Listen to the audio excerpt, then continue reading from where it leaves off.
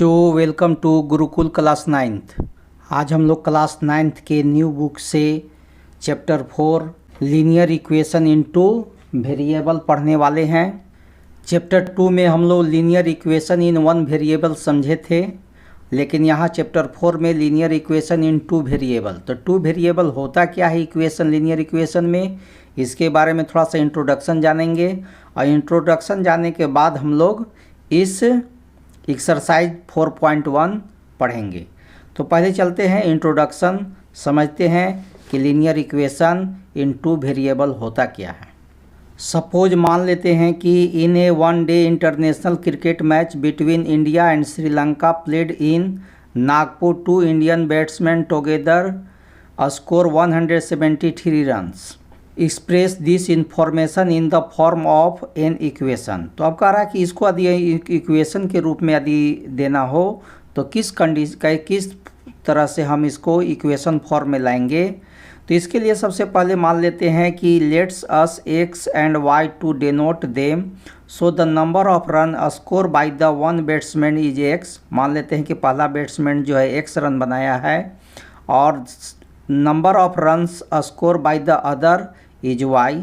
ठीक है, तो फर्स्ट स्कोर बनाया एक्स और सेकेंड स्कोर बनाया वाई, तो दोनों के स्कोर को जोड़ देंगे, फर्स्ट बैट्समैन और सेकेंड बैट्समैन दोनों के बैट्समैन का स्कोर को जब हम ऐड कर देंगे तो क्या बन जाएगा, x plus y equal to 170 बन जाएगा। तो यहाँ पर क्या देखें, एक्स और वाई टू वेरिएबल में है, एगो एक्स के टर्म में है एगो वाई के टर्म में है, तो एक्स और वाई टू हो गया। इसको ही कहा जाता है टू वेरिएबल, माने linear equation in two variable. तो इसी फॉर्म में है। यहाँ पर a प्लस बी भी लिख सकते हैं, a प्लस बी 176। तो इस तरह के इक्वेशन को ही linear equation in two variable कहा जाता है। अब linear equation in two variable का स्टैंडर्ड जो फॉर्म होता है वह होता है ax plus B Y plus C equal to 0, where a, b and c are real number, where a and b and c are real number, और a, b, value of a and b are not both 0। ठीक है, a and b are not both 0, a और b कभी भी 0 नहीं हो सकता है स्टैंडर्ड फॉर्म में। ठीक है, तो इस तरह का इक्वेशन को ही linear equation in two variable कहा जाता है। एज फॉर एग्जांपल में देख सकते हैं 2x plus 3y plus 5 equal to 0। ठीक है, तो यहाँ पर a इक्वल टू क्या हो गया, 2 हो गया, b इक्वल टू क्या है, 3 है, और c means constant term, c equal to 5 है। तो इस तरह से स्टैंडर्ड फॉर्म जो होता है linear equation in two variable का। तो चलिए अब हम लोग इसका इंट्रोडक्शन समझ गए कि linear equation in two variable का हो सकता है, एक्स वाई में भी हो सकता है, यू भी में भी हो सकता है, जैसे 2u plus 3v plus 4 equal to 0 ऐसा भी दे सकते हैं, u और v के टर्म में है। तो इस तरह का जो भी इक्वेशन मिलेंगे वह linear equation in two variable हो जाएंगे। तो आइए अब हम लोग एक्सरसाइज 4.1 समझते हैं। 4.1 का जो फर्स्ट क्वेश्चन कहता है कि the cost of a notebook is twice the cost of a pen, write a linear equation in two variables to represent this statement. Hints के रूप में देता है, take the cost of a notebook to be rupees x and that of a pen to be rupees y. ठीक है, notebook का cost x मान ले रहा है, पेन का कॉस्ट वाई मान रहा है। तो चलिए इसी पर हम लोग सॉल्व करते हैं, लीनियर इक्वेशन बनाते हैं। तो हम लोग लिख लिए cost of a notebook rupees X और the cost of a pen rupees Y. अब क्वेश्चन के अनुसार आइए, कहता है क्वेश्चन में the cost of a notebook, तो कॉस्ट ऑफ ए नोटबुक क्या है, एक्स है, इक्वल टू कंपेयर किया जाता है तो इक्वल किया जाता है। Twice the cost of a pen, pen का कॉस्ट क्या है, वाई है, और इसका क्या कहा है, ट्वाइस कहा है, तो ट्वाइस हो गया। अब इसको क्या करेंगे, इक्वेशन के रूप में देना है, तो एक्स ये प्लस इधर आ गया तो क्या होगा -2y और इक्वल टू क्या हो जाएगा 0। यही हुआ इस फर्स्ट क्वेश्चन का linear equation in two variable x और वाई के टर्म में। तो यही सवाल का आंसर हो गया। देखिए कितना आसान था। तो इसी तरह सब क्वेश्चन नंबर हम लोग सेकेंड समझते हैं। सेकेंड क्वेश्चन में देखिए कहता है express the following linear equation in the form A X plus B Y plus C equal to 0 and indicate the value of A B and C in each case. यह linear equation in 2 variable दिया हुआ है और इस equation में A का value, B का value, C का वैल्यू भी निकालना है। पहले तो इसको standard form A X plus B Y plus सी के रूप में इसमें लिखना है। कहूँ एक्स वाई है, एक्स वाई भी इसमें भी है, एक्स वाई भी है, इसमें एक्स वाई भी है, इसमें एक्स वाई भी है, इसमें भी एक्स है, वाई नहीं है तो वाई के टर्म में इसको भी बदल देना है। इसमें वाई है तो एक्स नहीं है, इसमें एक्स है तो वाई नहीं है। तो इस तरह से आपको तीनों फॉर्म में A X plus B Y plus C equal to 0 यह फॉर्म में आपको कन्वर्ट करना है इस सभी इक्वेशन को। तो चलिए करते हैं, बहुत ही आसान है और आपको एग्ज़ाम के दृष्टिकोण से इसमें से यही सेकेंड भी आई है। फर्स्ट कहता है 2x plus 3y equal to 9.35।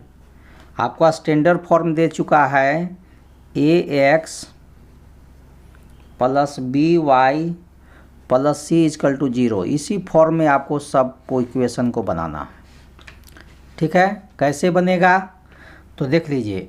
इधर में है ये कांस्टेंट वैल्यू, इस साइड में है इक्वल के, इस साइड में है तो इसको इस साइड में लाना है।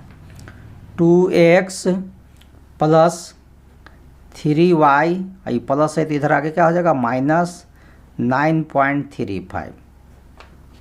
तो इस तरह से हम लोग यहाँ पर क्या देखते हैं, a इक्वल टू क्या दिखा रहा है 2 दिखा रहा है 2 हो गया, b इक्वल टू क्या दिखा रहा है 3 दिखा रहा है 3 हो गया, c इक्वल टू क्या दिखा रहा है माइनस 9.35 दिखा रहा है। तो यही इस क्वेश्चन का आंसर हो गया।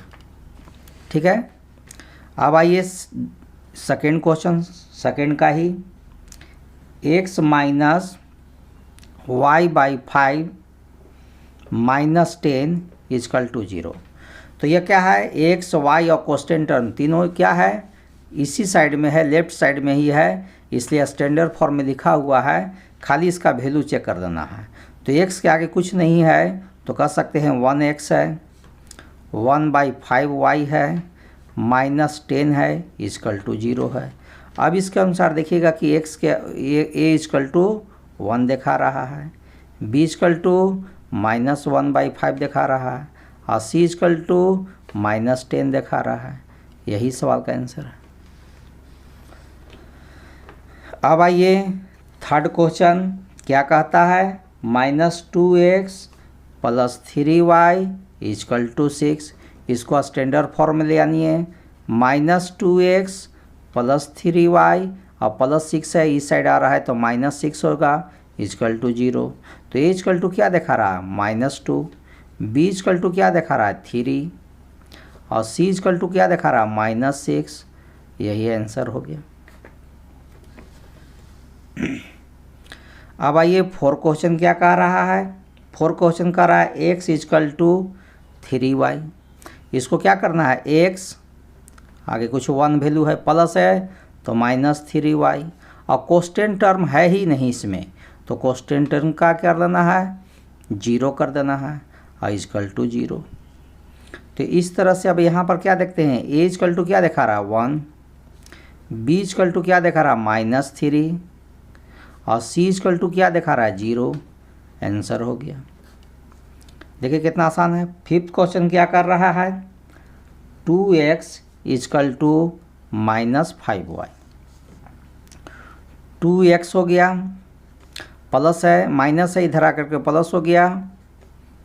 ठीक है, और कांस्टेंट टर्म इसमें नहीं है तो क्या हो जाएगा 0 इक्वल टू 0। अब क्या हो रहा है, a इक्वल टू क्या हो रहा है 2 दिखा रहा है, b इक्वल टू क्या है 5 है और c इक्वल टू क्या है 0 है। आंसर हो गया।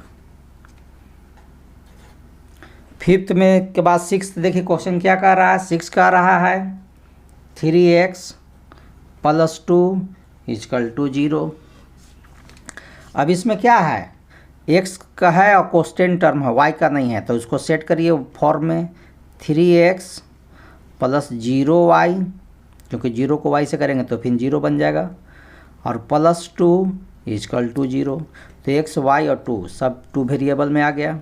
अब इसमें a इजकल टू क्या लग रहा है 3, b इजकल टू क्या लग रहा है 0 और c इजकल टू क्या लग रहा है 2। आंसर हो गया। अगला सवाल देख लीजिए। 2 का 7 क्वेश्चन क्या कह रहा है। 2 का 7 में y - 2 इजकल टू 0। तो x का टर्म में यहाँ x नहीं है तो x को 0 बनाना होगा। Plus y 1y -2 equal to 0। अब स्टैंडर्ड फॉर्म के रूप में आ गया।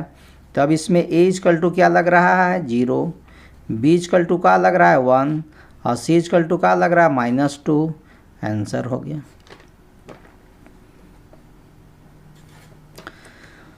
2 का 8 क्वेश्चन क्या कर रहा है 5 इजकल टू 2x। ठीक है, 5 इजकल टू 2x, 2x हो गया और इसके साथ 2x के साथ 5 ले जाएंगे तो प्लस है तो क्या हो जाएगा माइनस इजकल टू 0। अब इसको स्टैंडर्ड फॉर्म में लाते हैं। 2x, y नहीं है इसमें तो y के साथ क्या लग जाएगा 0 और -5 इजकल टू 0। x के टर्म में, y के टर्म में और कॉन्स्टेंट टर्म हो गया। अब इसमें a इजकल टू क्या है 2 है, y इजकल टू क्या है 0 है और c इजकल टू क्या है -5 है। यही सवाल का आंसर हो गया।